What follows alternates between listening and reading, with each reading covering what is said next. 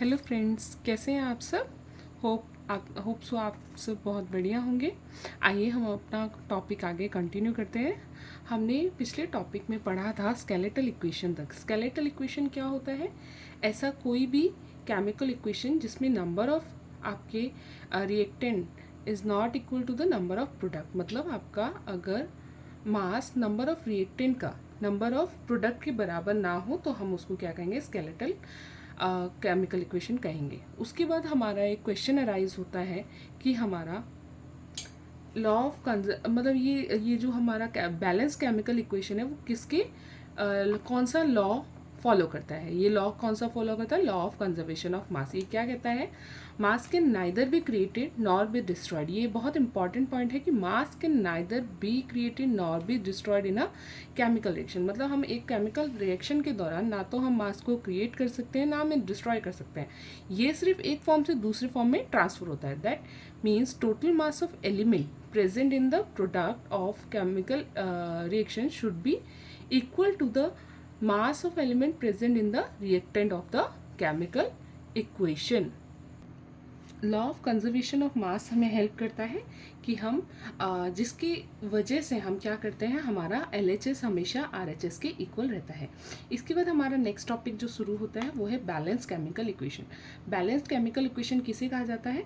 A chemical equation in which number of atoms is equal in reactant and product. जिसमें reactant और product दोनों side में आपके number of element अगर equal हैं, number of atoms of reactant side as well as the product side is equal, then it is said to be a balance chemical equation.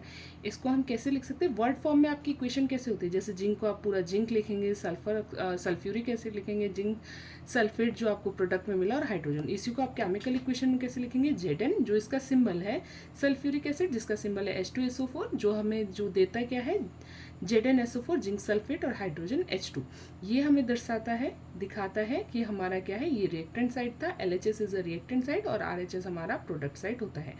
यहाँ पे हमारे पास एक एग्जाम्पल है जो कि हमारा ZnH2SO4 ZnSO4 H2 को हम देखते हैं कि ये बैलेंस्ड है या नहीं है। आप यहाँ पे क्या देख सकते हैं? आप यहाँ देख सकते हैं कि आप हमारा ये एलिमेंट, एक साइड हम एलिमेंट लिखते हैं जिसमें ZnHSO हमने लिखा है। नंबर ऑफ एटम जिसको हमने लिखा है इसमें 1 था, यहाँ आप काउंट कर सकते हैं, LHS में 1 है। और नंबर ऑफ एटम प्रोडक्ट में भी देखो 1 है। इसके बाद हाइड्रोजन का H2 है, मतलब 2 है, यहाँ पे भी 2, तो हमने 2 लिखा है। यहाँ S है और यहाँ भी S1 है और यहाँ भी 1 है, तो 1 1, और यहाँ 4 है और यहाँ 4 है। देखो यहाँ हमारा LHS पूरा का पूरा RHS के बराबर हो गया, तो ये हमारा एक बैलेंस केमिकल इक्वेशन हुआ। और आइए अब हम कुछ एग्जाम्पल्स करते हैं बैलेंस केमिकल इक्वेशन पे।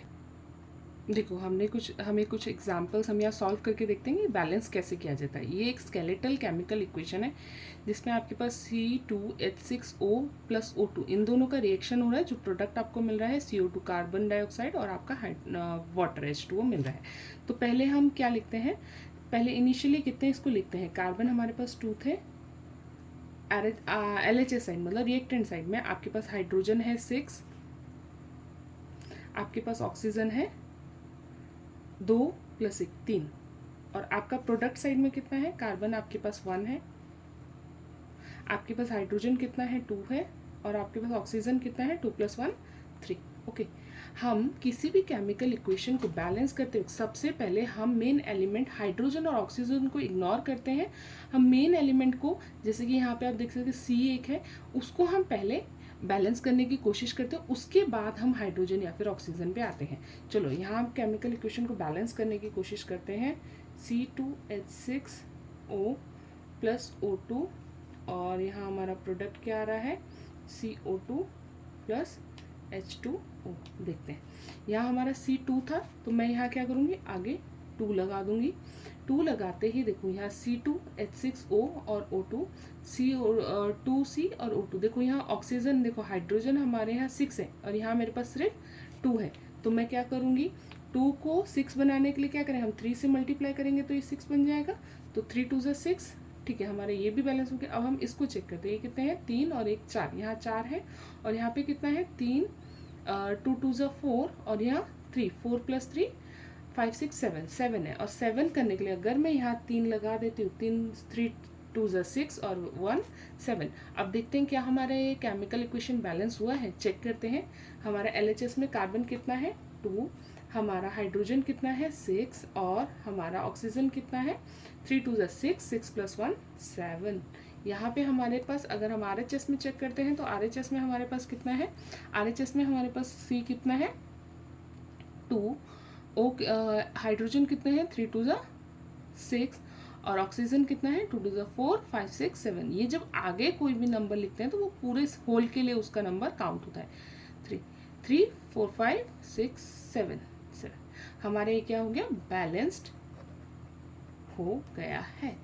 अब हम नेक्स्ट एग्जाम्पल पे चलते हैं। नेक्स्ट एग्जाम्पल पे अगर हम देखें तो यहाँ हमारे पास क्या है KNO3 + H2O H2CO3, ये क्या दे रहे हैं K2CO3 + HNO3। आइए इसको हम बैलेंस करने की कोशिश करते हैं। यहाँ आप देख पा रहे होंगे हमारा हाइड्रोजन और ऑक्सीजन को अगर हम छोड़ दें तो हमारे पास क्या क्या बचता है।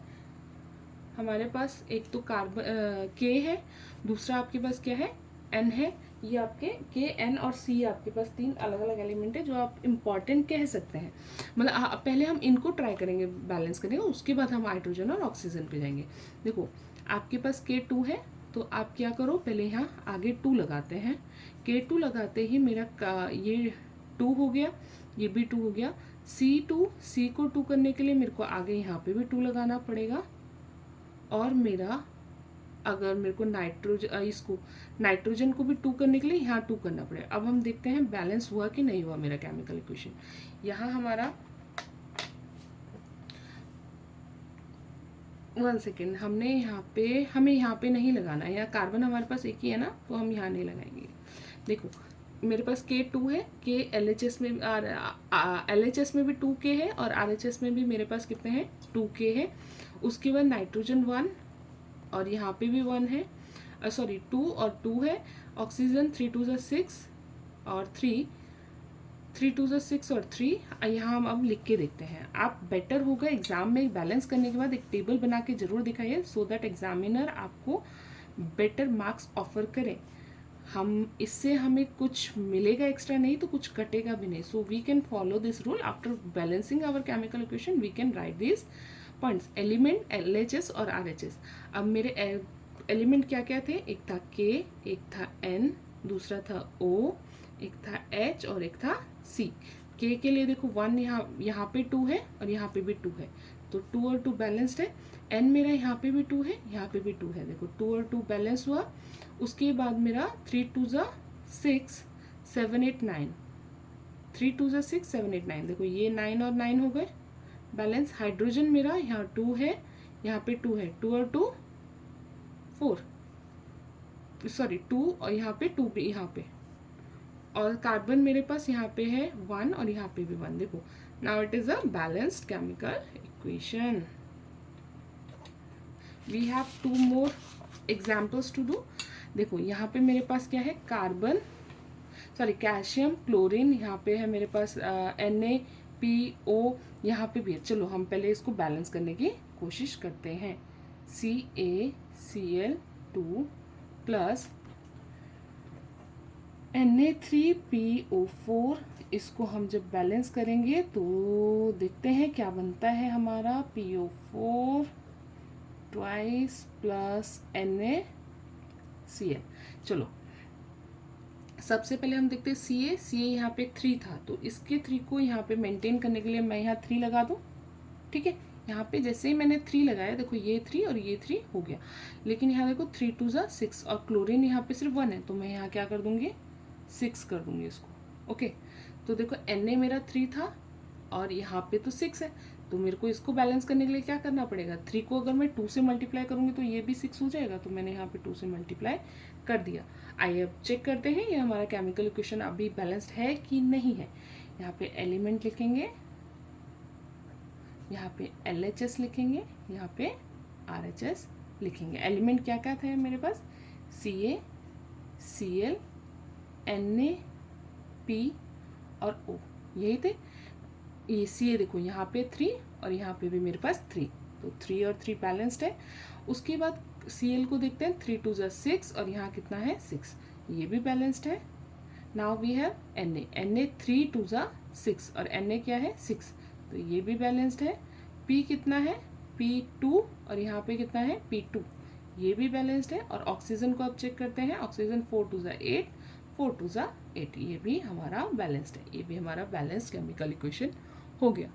नेक्स्ट हमारे पास क्या है, ये वाला इक्वेशन जिसमें हमारे पास TiCl4 है प्लस H2O, ये क्या देता है हमें TiO2 प्लस HCl। आइए इसको बैलेंस करने की कोशिश करते हैं।